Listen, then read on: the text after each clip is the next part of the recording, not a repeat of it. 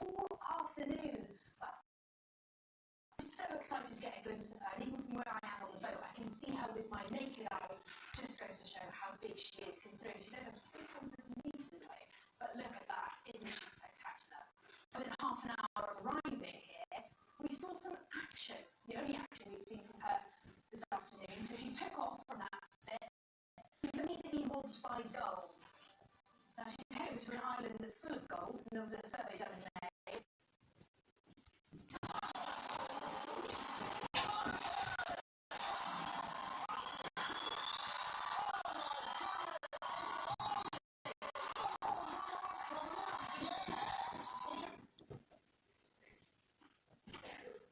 She gets a bit pestered by the gulls again, decides to fly up and give it another go. Look at her talons really quickly. You've got to be really eager-eyed to see this. I think she managed to grab a very young chick. Really hard to see because the chick is probably incredibly small. And she flies off, she's chased away by those gulls. And of course, the gulls are very protective of their chicks. They don't want an eagle coming in to snatch them. They work really hard to produce those chicks, but the white-tailed eagle gets its eyes on one. Well, there's not that much that you can do about it.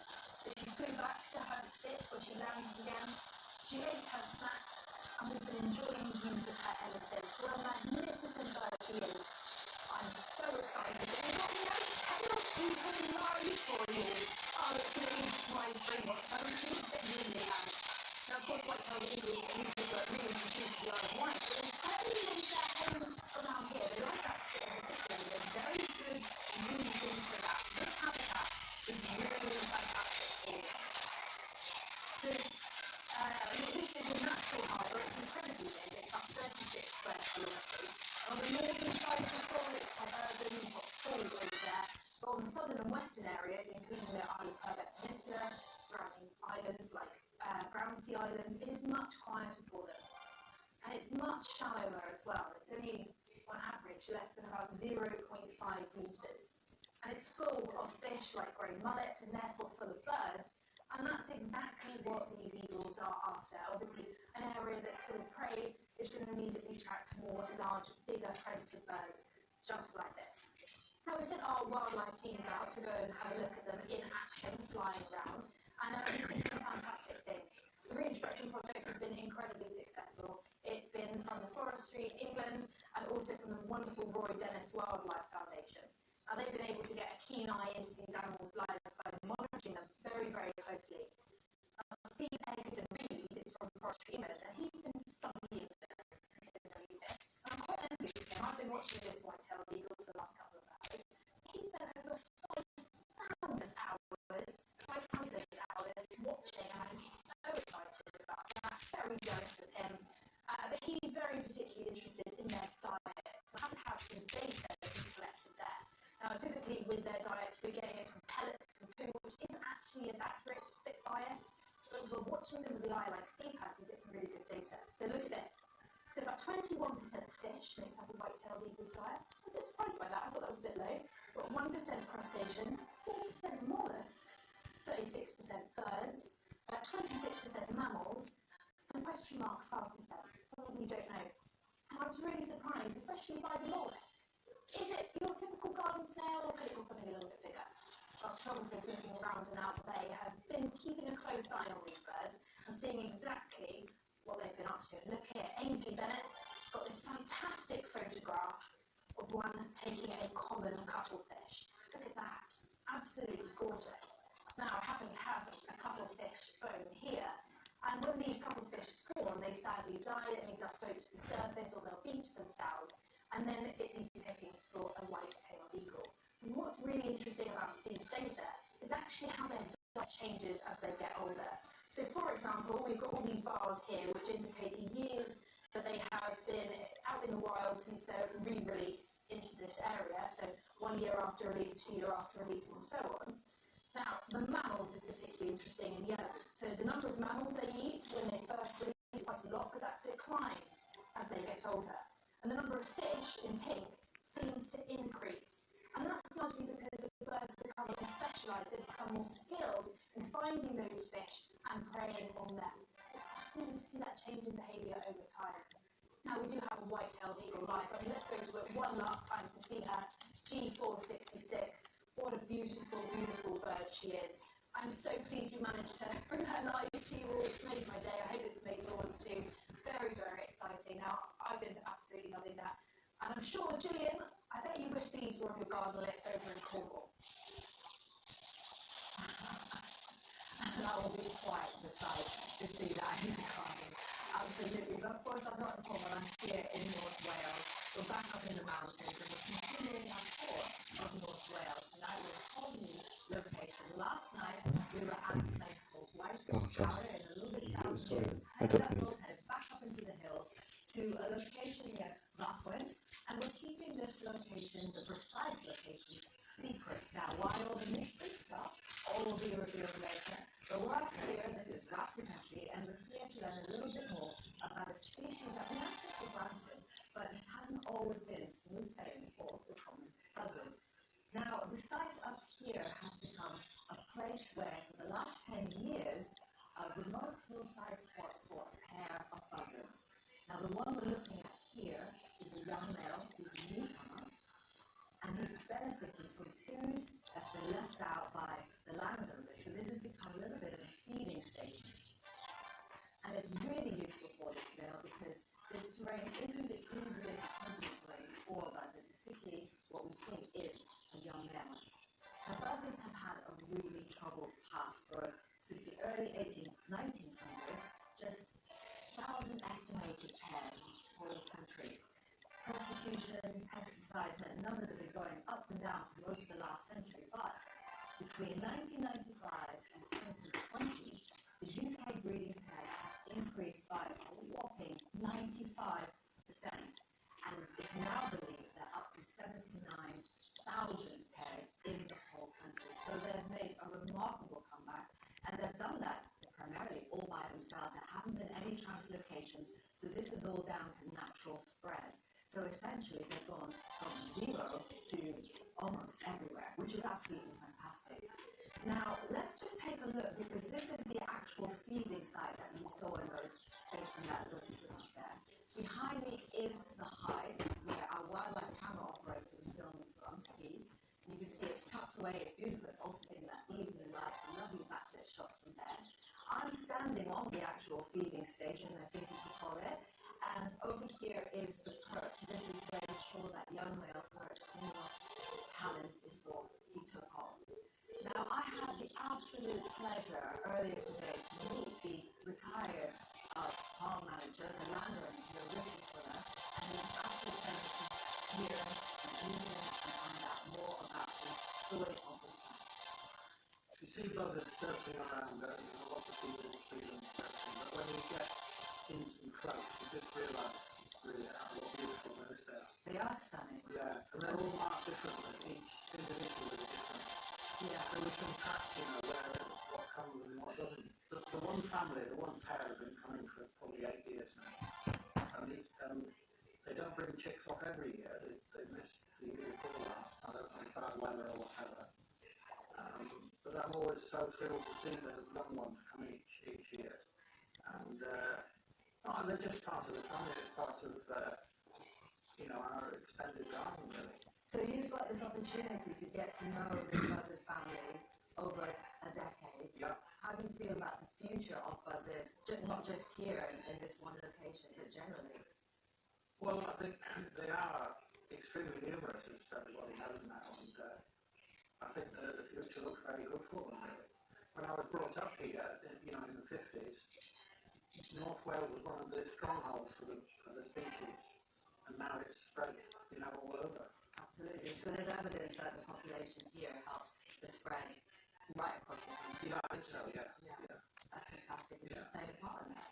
Well, I don't know. Well, I've kept them going. This habitat isn't actually ideal for buzzards.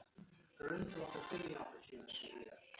They're more like open farmland and woodland, and so this is pretty rough hillside. Yeah.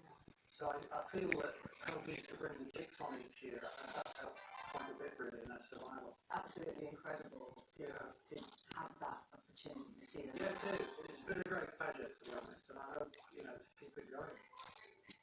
That was just fantastic to meet Richard, and I have to say those shots of the buzzers you saw right through it were his own photos that he's taken here at the feeding station. Now, of course, we've made use of it, and last night the camera operator was able to film these shots in the last one of the evening light. And I just have to remind you that 20 years ago, buzzers were still a pretty uncommon sight around the country. I know we see them quite often around the country soaring, but to see these lovely close-up shots, you really get to appreciate what magnificent birds these really are, and it's really great to hear about this positive comeback story. Now, of course, you can catch up with our buzzers. The Nest camera's down in on, and you can do that by going to the website or even catching up on iPlayer as well. So, from a lovely, slow, steady relationship with buzzers built up over 10 years, we're going to a slightly faster paced investigation with Nadine Pereira about the amazing actions in the world.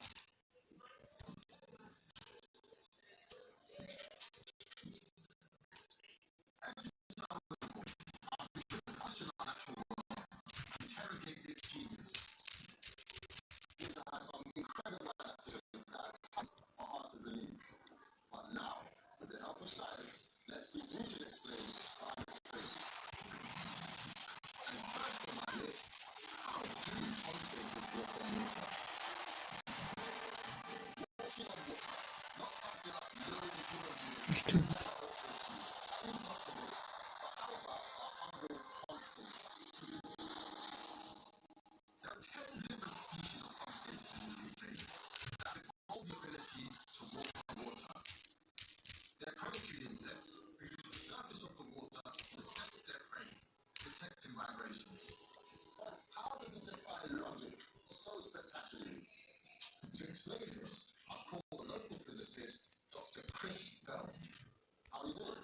Yeah, I'm good, thank you. Nice to meet you. Good. I see you've come prepared today. Yeah, absolutely. So this is a native pond skater that we've got here. But the key thing is surface tension. Surface tension comes about because of the molecules of the water. They want to hold each other together. So they're kind of being pulled down by the molecules below. And so that creates the skin. It's like an elastic membrane. And it's a small weight of this insect. When it presses down, the water wants to push back. And that pushback supports the weight. And in order to move, you need to push against something. As well, for example, the blades are going into the water and pushing the water away, and the water pushes back, and that's what propels the boat along. Very nice. So the pond skater is doing exactly the same thing with the hairy legs with the water-repellent surface, and it dips these hairs into the water. Researchers have even been able to image the waves and even little water seeds that come off the legs of this insect as it's low, and it looks just like the boat.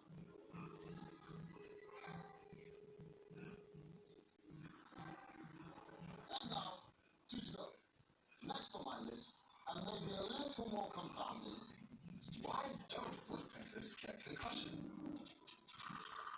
The woof and drummer. Hearing that is a sure sign of spring. It's a sign of warmer days to come. Oh, brilliant. Brilliant. Whether digging for food, constructing a nest, or attracting a mate, woodpeckers bang their bill on a tree in short, repeated series up to 20 times per second. Now, despite smacking trees with an acceleration 3 times greater than the human concussion threshold, woodpeckers can shrug off blows that would give us a serious injury. Now, this is all very impressive, but what's actually going on? Where's a physicist when you need one? I'm a bit. See me in you. Good to see you too, Bob. What's really going on with our woodpecker headlands? Yeah, so this is a really interesting example of how the science can change and our understanding develops over time. So the original idea that researchers used to think about was that the skull of the woodpecker was a little bit soft and acted a bit like a sponge. Yes? But as recently as last year, some other researchers thought that there might be some other contributions. It's the size of the woodpecker's head, which is really an important point. So this is a human skull. Yeah, So they call it that one. Yeah. And this is the skull of a great spotted woodpecker. Okay. Wonderful. The woodpecker is 100 times smaller than the human. The acceleration multiplied by the mass gives us the force. Right. So just because this thing's much smaller, the force it will experience is smaller. Okay, less is more. Exactly. And this alternative theory doesn't stop at size. What matters for impact injury is how much area the force is being applied to. Brains are broadly semicircular, with the human brain sitting horizontally, focusing any impact on a small area. But the woodpecker's brain is orientated to the back, so the force is distributed over a larger area of the brain. And since the brain is packed so much more tightly to their skull, they can prevent concussion. Now, saving the most extreme for last. How do squirrels survive falling from great heights? There's a theory that squirrels can fall from any height and survive. So what is going on here? Is that physicist I see up there? Hello, mate. Dr. Chris to the rescue. Should I be scared, Chris? No. Don't worry, no, David, it's fine. With a brick in your hand. Yeah, that's all safe. We're good. This is our squirrel, isn't it? Okay. So as the squirrel's falling, it's got some velocity going down and it's accelerating. But there's another force in the problem, and this is really important. It's the air resistance, the drag force. Yeah? So the drag force is acting in the opposite direction and it's caused by all the air particles hitting the squirrel. Right. So the squirrel in the curled into a ball will have less drag than what they usually do, which is spin. Right, exactly. So you know that the squirrel is trying to maximise its area exactly to increase that drag force. The faster the velocity, the bigger the drag speed. Right. So at the top, as it starts to fall, there's not much air resistance, and then as it accelerates, gets faster and faster, this drag force gets bigger and bigger and bigger, and then at a certain moment, the drag force upwards perfectly balances the gravity force downwards. No more acceleration. We've reached what's called the terminal velocity, so it doesn't matter at that point how much further you're going to fall, the velocity is going to stay the same. Wow. So when they land on the ground, the speed is not that high, but they hurt. All species have their own terminal velocity, but with estimates suggesting that the squirrels is around 23 miles per hour, in theory, they will never fall so hard that it is fatal. It is genius. The beauty of ever-evolving technology and research is we're constantly refining our understanding of it as we rewrite nature's rule book. But one thing is certain. Nature truly is extraordinary. Now, indeed, that's all very fascinating because what we all really need to know is when we drop toast, it always lands marmalade, marmalade side down. And if you put marmalade on a squirrel and then drop it, which side does it land on? You tried that theory out once, didn't you? 1989, really was. You jumped out of the plane trying to be a peregrine. I reached human terminal velocity. Yeah. You never would have said When the parachute was deployed, I nearly reached a new on the beach twice, and it's so and it didn't have marmalade on you either. No, I had some bruises that I probably still carry. Fantastic stuff. Okay, now yesterday we were showing the fox family that Jess McCaffrey had found up near her home in Scotland. And there were 5 youngsters, and the adult, we can rejoin those updates. This was way back in May. And you can see that these youngsters, they're about 5 weeks old, or 6 weeks old at this stage, sometime out of their den, weigh about 1 kilogram, and their teeth might just be growing through, because within the next couple of weeks they're going to be going on to solid food, they're going to be weaned off of their mother's milk. So aside from the stats, they just look gorgeous, don't they? They are absolutely adorable. And she's got these on her trail cams. These are amazing pictures. You can see they're romping. I like that word, romping. Jumping on each other, practicing. Look at that. That's what you could have done with fox. Could you do that? They've all got their characters though. This one seems to like to be more on its own than the others. Oh, I mean, look, you can't help but look at that and have a smile on your face.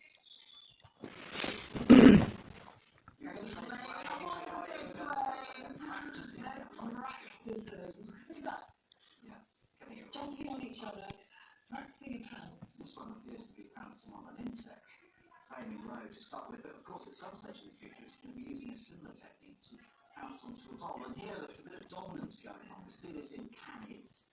You know, the head going over the top of the other animal is indicating that it's the dominant animal.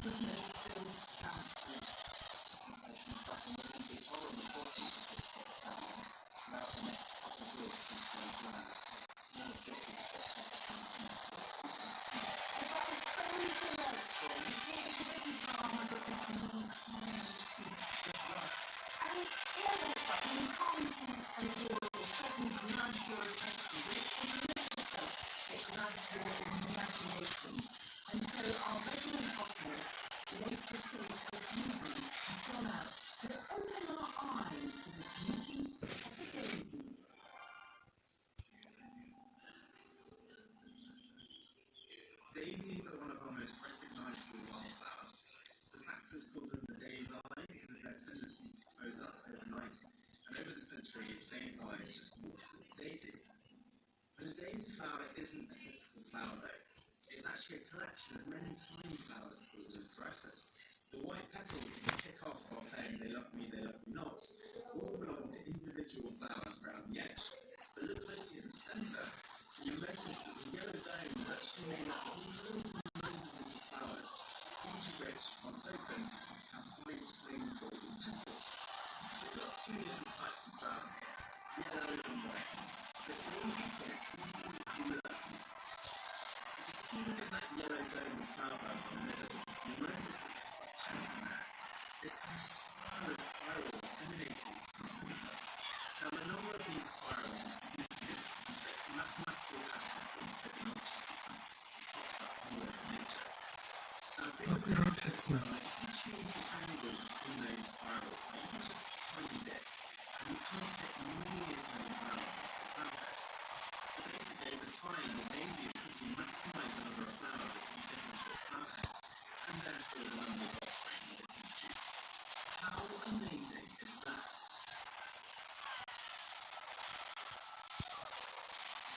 How beautiful is that? Beautiful daisy is my favourite flower, actually. We learn so much about the things that we walk past every single day. Absolutely gorgeous. Now, whilst that film was just playing out, our eagle has just taken off into the sunset, heading in, I'm assuming, to roost up in the tree line. But there she goes, G466, flying magnificently over the water. Chase off by a few gulls because, well, you know, that's what gulls do. And off she goes into the sunset, did her job perfectly, showed us her very best. Now we've seen white-tailed eagles, but what about goshawks? Well, we've already seen our nest camera. Let's go and take a look at our ospreys, of course. What about we go and take a look at our ospreys, of course. Right, here we are. We've got both the male and female CJ7 and 022 on the nest. I'm assuming it might be CJ7 who's lying down, and probably 2 beautiful chicks nestled warmly under there. But they've been doing incredibly well. Look there, you can see CJ7 lying there. Beautiful birds, and their chicks have been going really well. They've been feeding them absolutely brilliantly. But we sent our wildlife cameras off because we wanted to know what they were doing away from the nest. How were they hunting? And we got some really fantastic footage. Now here, this is 022. This footage was captured about an hour ago whilst we were on the boat. It's the first time I've seen 022, the male.